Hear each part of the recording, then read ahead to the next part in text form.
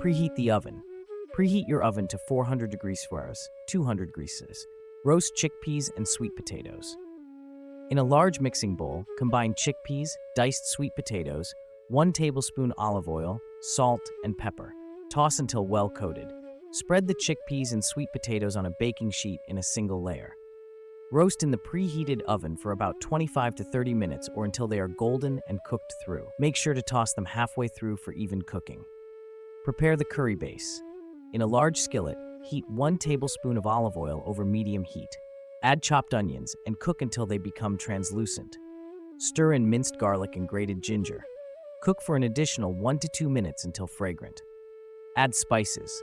Add curry powder, ground cumin, ground coriander, turmeric, and chili powder to the skillet. Stir well to coat the onions, garlic, and ginger with the spices. Combine with tomatoes and coconut milk. Pour in the diced tomatoes with their juices and coconut milk. Stir to combine. Bring the mixture to a simmer and let it cook for about 10 minutes to allow the flavors to meld. Add roasted chickpeas and sweet potatoes. Once the chickpeas and sweet potatoes are roasted, add them to the curry sauce. Stir gently to combine. Simmer for an additional 5 to 10 minutes, allowing the flavors to meld.